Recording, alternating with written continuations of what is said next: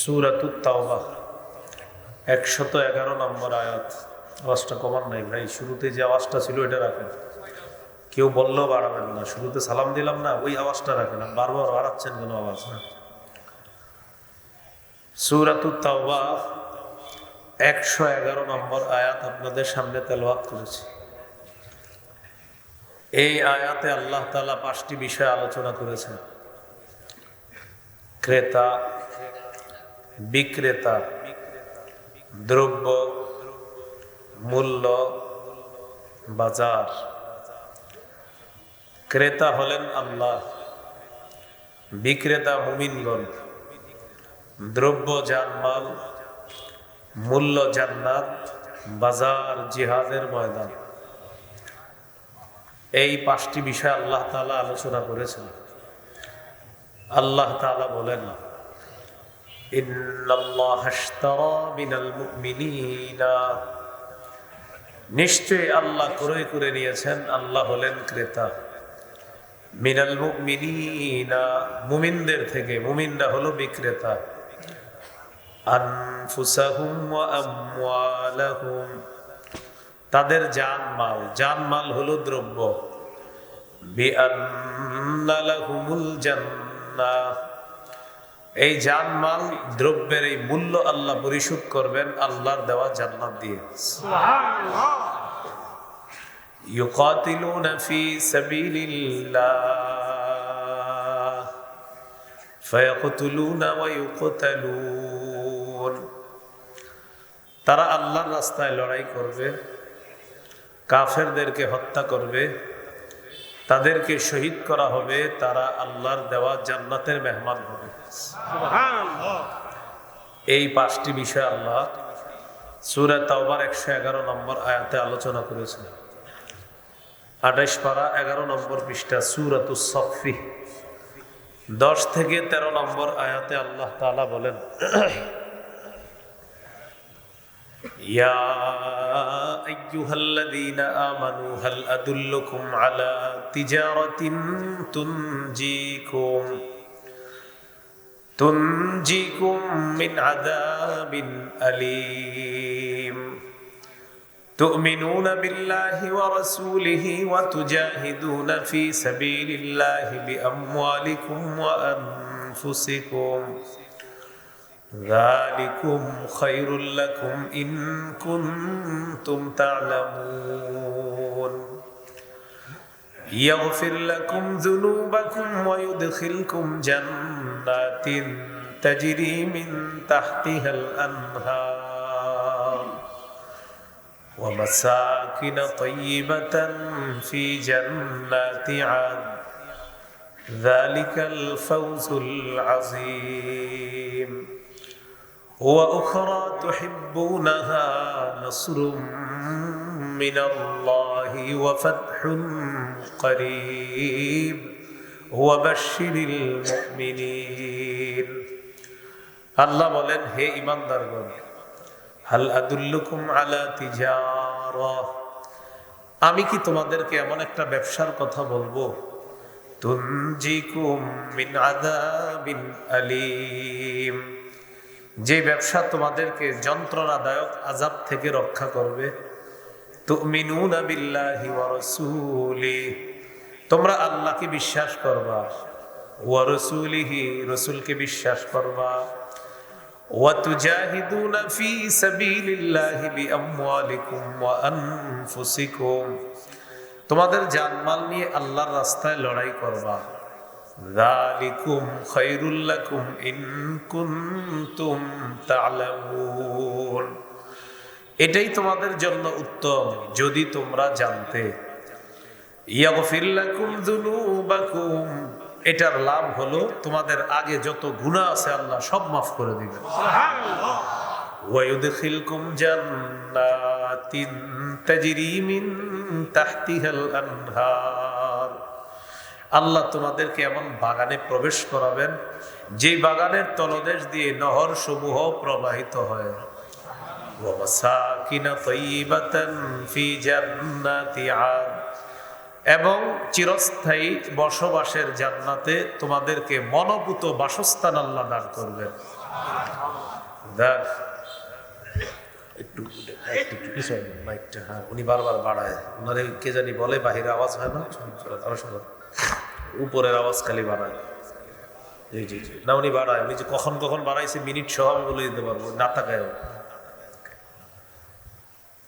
এক মুশকিল। সামনের বছর নিয়ম করতেছি, 4-5টা মাইকের বেশি যে জায়গায় মাইক আছে ওটা যাবোই না আমি। তো আল্লাহ তাআলা বলেন ওয়ামাসাকিনা তাইয়্যিবাতান ফি জান্নাতি আদন, চিরস্থায়ী বসবাসের জান্নাতে তোমাদের মনোভূত বাসস্থান আল্লাহ তোমাদেরকে দান করবেন। যালিকাল ফাউজুল আযীম, আল্লাহ বলেন এটাই মহান সফলতা। এখন দেখেন আল্লাহ এখানে বললেন 3টা বিষয়, ব্যবসা এমন ব্যবসা যা যন্ত্রণাদায়ক আযাব থেকে রক্ষা করবে। এটা হলো 1 নাম্বার। 2 নাম্বার, এটাই আমাদের জন্য কল্যাণ। 3 নাম্বার, এই ব্যবসা করলে অতীতের সব গুনাহ মাফ।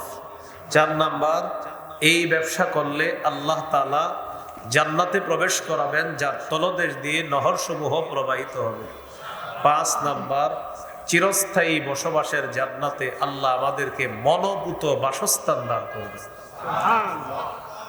6 নাম্বার পুরস্কার, ওয়া উখরা তুহিব্বুনাহা, আল্লাহ তাআলা বলেন তোমাদের মনোভূত বাসস্থান সহ আরো যা যা তোমাদের পছন্দ, এমন এমন সাহায্য আল্লাহ তোমাদেরকে দিবেন, এমন পছন্দনীয় বস্তু দান করবেন যা তোমরা পছন্দ করো। যেমন নাসরুম মিনাল্লাহ, দুনিয়াতে থাকতেই আল্লাহর পক্ষ থেকে তোমাদের উপর সাহায্য আসবে। ওয়া ফাতহুন করিব, আসন্ন বিজয় আল্লাহ তোমাদেরকে দান করবেন, নিকটতম বিজয় আল্লাহ তোমাদেরকে দান করবেন। ওয়াবাশশিরিল মুমিনিন, নবী আপনি মুমিনদেরকে সুসংবাদ জানায় দেন। এই বিষয়গুলা আমরা জানলাম। একটা ব্যবসা আছে, আল্লাহর প্রতি ঈমান আনা, রাসূলের প্রতি ঈমান আনা আর জিহাদ করা। এখন এখানে আমরা যারা মুসলমান আছি, জিহাদের মানসিকতা আমাদের আছে সবার। জিহাদের নিয়ত না থাকলে ওই মুসলমান মৃত্যুর পর সে মুনাফিকি মৃত্যুবরণ করবে। সহিহ মুসলিমের বর্ণনা 1910 নম্বর হাদিস, ক্বালা রাসূলুল্লাহ সাল্লাল্লাহু আলাইহি ওয়াসাল্লাম মান মাতা ওয়া লাম ইয়াগযু ওয়া লাম ইউহাদ্দিস বিহি নাফসাহু মাতা আলা শু'বাতিন মিনান নিফাক। নবীজি বলেন কোন মুসলমান যদি মারা যায় আর জিহাদ না করে অথবা জিহাদের সংকল্প না করে, এই ব্যক্তি মুনাফিকি মৃত্যুবরণ করলো, নাউজুবিল্লাহ। জিহাদের নিয়ত থাকতেই হবে। আবু দাউদের হাদিস 2504 নম্বর হাদিস, ক্বালা রাসূলুল্লাহ সাল্লাল্লাহু আলাইহি ওয়াসাল্লাম জাহিদুল মুশরিকিনা বিআমওয়ালিকুম ওয়া আনফুসিকুম ওয়া আলসিনাতিকুম, নবীজি বলেন তোমরা মুশরিকদের বিরুদ্ধে লড়াই করো তোমাদের সম্পদ দিয়ে, ওয়া আনফুসিকুম তোমাদের জান দিয়ে লড়াই করো, ওয়া আলসিনাতিকুম তোমাদের জবান দিয়ে লড়াই করো। বাংলাদেশে 90% বেশি মুসলমান ভাবে মনে হচ্ছে কিছু মুশরিক এই মুসলমানদের উপর আধিপত্য বিস্তার করতে চায়।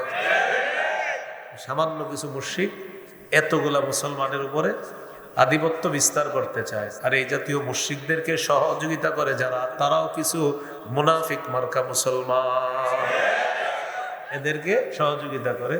মুনাফিক রূপী কিছু মুসলমান আমাদের মাঝে এখানেও থাকতে পারে, আশেপাশে থাকতে পারে, এরা এদেরকে সহযোগিতা করে। আল্লাহ আমাদেরকে হেফাজত করে।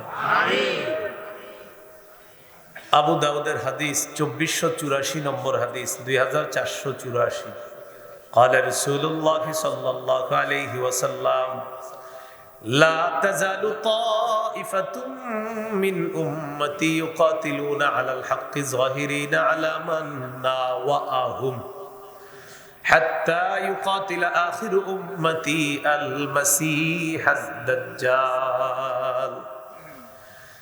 নবীজি বলেন আমার উম্মতের একটা দল সদা সর্বদা হকের পক্ষে লড়াই করবে, বাতিলদের বিরুদ্ধে লড়াই করবে।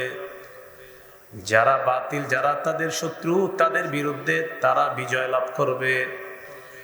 জিহাদ চলতে চলতে আমার উম্মতের সর্বশেষ যে দলটা থাকবে তারা দাজ্জালের বিরুদ্ধে লড়াই করবে। আল্লাহ তাআলা দাজ্জালের বিরুদ্ধে তাদেরকে বিজয় দান করবে। লড়াই চলতে থাকবে, জিহাদ চলবে। আবু দাউদের হাদিস 2532, 2532।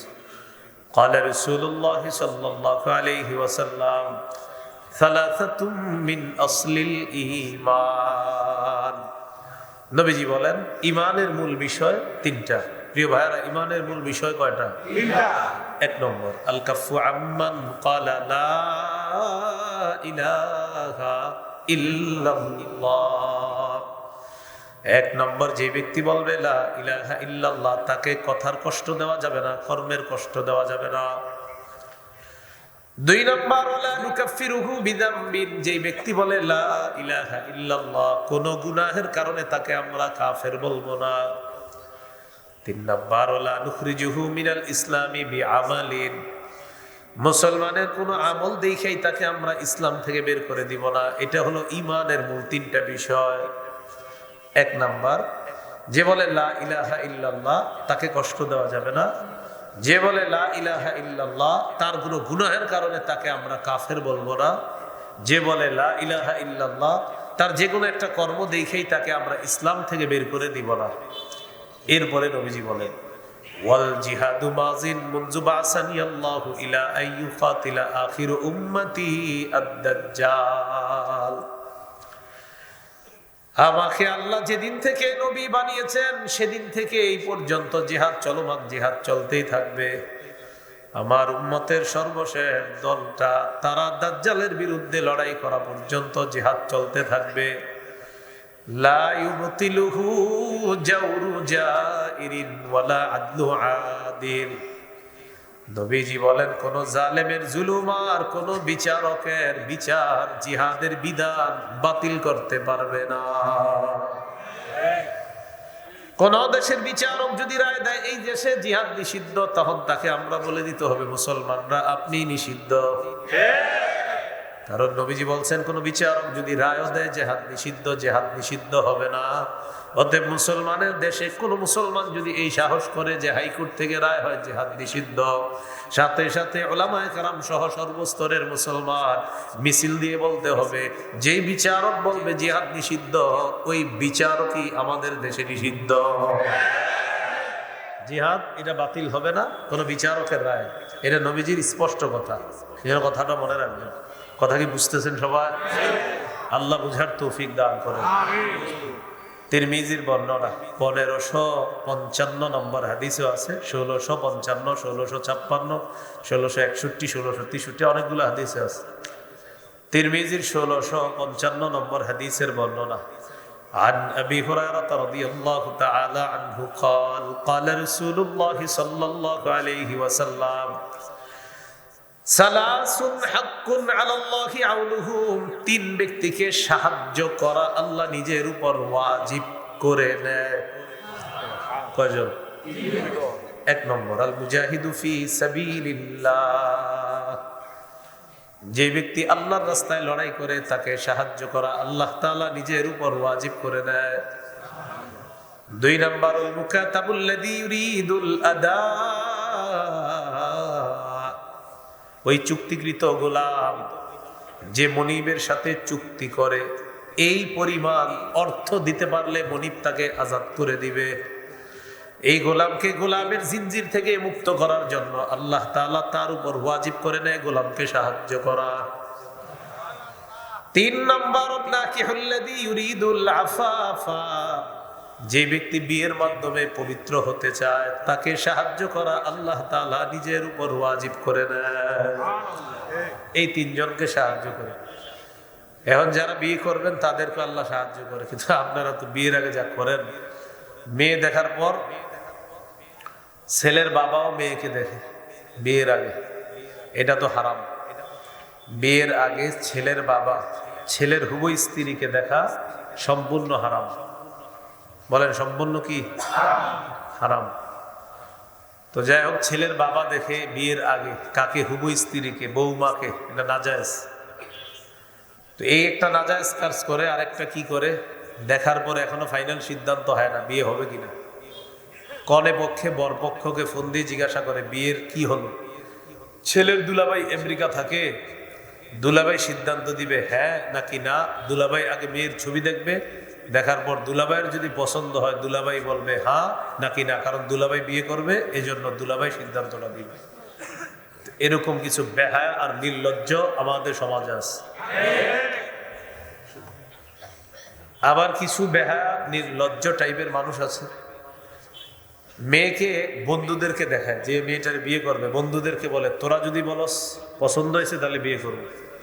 কত বড় নির্লজ্জ আর বেহায়া আর 4 সন্তান তৈরির একটা নির্লজ্জা চিন্তা করে। বন্ধুদেরকে দেখায় তোরা বললে আগাইতে পারি, বিয়ে কি আপনার বন্ধুরা করবে? আপনার লজ্জা শরম করে না এগুলা করতে? এই যে বয়ান করছি না, করার পরে একদল বাইরে হুজুরের সামাজিকতা বুঝে না। যে সামাজিকতার নামে ইসলামকে বিসর্জন দেওয়া হয়, ওই সামাজিকতা গ্রহণ করার কোনো প্রয়োজন নেই। রবের জন্য কুসংস্কারচ্ছন্ন হাজারো সামাজিকতা আমরা ছাড়তে পারি, কিন্তু কুসংস্কার যুক্ত কোনো সমাজের জন্য আমাদের রবকে আমরা ছাড়তে পারি। বিষয়টা মনে রাখতে হবে। তো এইগুলো আপনি যখন বলবেন, বলে সামাজিকতা, যেমন আপনার খালাতো বোনের বিয়ে, খালা ফোন দিবে কিরে তোর বোনের বিয়ে আগামী সপ্তাহে, তুই আসবি না? তো খালাতো বোনের বিয়ে 1 সপ্তাহ বাকি আছে, খালায় ফোন দিয়ে আপনারা বললে যাইতে, তা আমি আসবো কেন? বুঝুস না বিয়ের আগে কি শুধু বিয়ের আগে কত কিছু হয়, গায়ে হলুদ আছে, একটু অনুষ্ঠান আছে। খালা না গান টান হইলে আমি যাবো না। কারে গান না, এমনি তোর যে ছোট্ট ভাইটা আছে না, একটু শখ করে 2টা বক্স আনবো, তুই একটু যাবি। এইভাবে আপনাদের সামাজিকতা যখন বলবেন যে না ওলামায়ে কেরাম বলছে এরকম গান বাজানো যাবে না, গান বাজানো হারাম, তখন বলবে হুজুররা কি সামাজিকতা বুঝে? তখন আপনি বলবেন খালা মামা জবাব দিয়ে দিবেন এই জাতীয় সমাজের জন্য আমার রবকে আমি ছাড়তে পারি না, আমার রবের জন্য এই জাতীয় কুসংস্কার যুক্ত হাজারো সমাজ আমি ছাড়তে পারি। জবাব দিয়ে দিবেন। 3 ব্যক্তিকে সাহায্য করা আল্লাহ নিজের উপর ওয়াজিব করে দেয়। আমাদের আলোচ্য বিষয় হলো জিহাদ। তো মুজাহিদকে সাহায্য করা আল্লাহ তাআলা নিজের উপর ওয়াজিব করে দেয়। তাহলে জিহাদের নিয়ত আছে সবার? জিহাদ কখন করবেন? বাংলাদেশের বিজ্ঞ মুফতি সাহেবরা যখন ফতুয়া দিবে তখন জিহাদে যেতে হবে। এর আগ পর্যন্ত আপনার মনে এটা থাকতে হবে, আল্লাহ আমাদের দেশের আলেমরা কোনোদিন যদি ফতুয়া দেয় তো সবার আগে আমি যাব। আপনি আবার আজকে আমার বয়ান শুই না কোনো দোকান ঘুরাই দিয়ে নেবেন। হ্যাঁ, এটা হলো বিজ্ঞ মুফতি সাহেবদের ফতুয়ার অপেক্ষা থাকতে হবে। কথা নাকি বুঝে আসছে সবার? আচ্ছা, সহিহ বুখারীর বর্ণনা 3123 নম্বর হাদিস।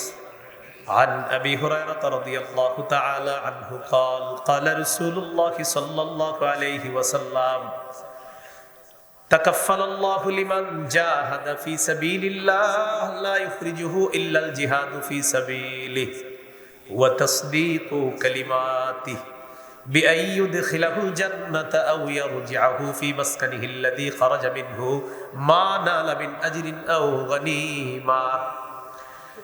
কোন ব্যক্তি যদি জিহাদের ময়দানে বের হয় শুধুমাত্র জিহাদ করার জন্য, আর বলে আল্লাহ আমি শুধুমাত্র জিহাদ করার জন্য বের হলাম, আল্লাহ তাআলা দায়িত্ব নিয়ে নেয়, হয়তো তাকে শহীদ বানিয়ে নিজ দায়িত্বে জান্নাতে প্রবেশ করাবেন, অন্যথায় গাজী বানিয়ে প্রচুর গনিমতের মাল সহ তার ঘরে আল্লাহ তাকে পৌঁছায় দিবেন।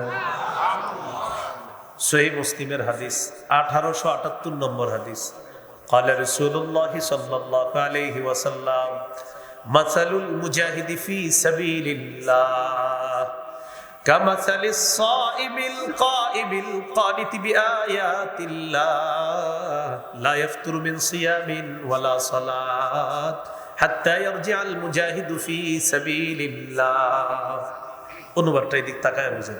এক ব্যক্তি রোজাদার, নামাজে দাঁড়াইছে, এক তো সে রোজাদার আর এক সে নামাজে আছে, আবার কোরআন তেলাওয়াত করতেছে। তাহলে দেখেন তো একই ব্যক্তি, তিনি রোজাদার, তিনি নামাজে আছে, তিনি তেলাওয়াতরত আছে। নবীজি বলেন এই যে রোজাদার নামাজি তেলাওয়াতরত অবস্থায় আছে, সে যেমন ক্লান্ত হয় না, এই ক্লান্তিহীন নামাজি আর ক্লান্তিহীন রোজাদারের যে সওয়াব, মুজাহিদ আল্লাহর রাস্তায় পা রাখার সাথে সাথে ফিরে আসার আগ পর্যন্ত ক্ষণে ক্ষণে তার আমলনামায় এই পরিমাণ সওয়াব। তাহলে জিহাদের নিয়ত আছে পাক্কা।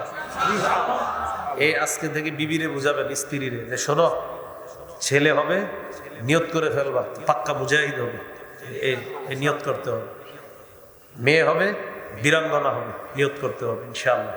কারণ সামনের দিকে আমাদের যে হালাত মুসলমানরা, আমরা এদেশে যদি মুসলিম পরিচয়ে বাঁচতে চাই আমাদের কিছু করণীয় হতে পারে, সেই করণীয়ের জন্য আমরা প্রস্তুত আছি ইনশাআল্লাহ। এদেশ মুসলমানের দেশ, এখানে মুসলমানই থাকবে, এদেশের রাষ্ট্র ধর্ম ইসলাম হবে, আমাদের আইডল অন্য কোনো দেশ হবে না, পশ্চিম বা পশ্চিমা হবে না, আমাদের বর্তমানে আইডল হবে আফগানিস্তান। কে হবে? আফগানিস্তান। আমাদের ভাগ্য খারাপ, এক তাগুত ছাড়ি আরেকটারে ধরি, বৃষ্টি থেকে বাঁচার জন্য ঝর্ণার নিচে এসে দাঁড়াই, এই কারণে আমাদের ভাগ্যের পরিবর্তন হয় না। সূরা বাকারা 257 নম্বর আয়াতে আল্লাহ বলেন, আল্লাহু ওয়ালিয়ুল্লাযীনা আমানু, যারা ঈমানদার তাদের অভিভাবক হলেন আল্লাহ। ঈমানদারদের অভিভাবক কে? আল্লাহ।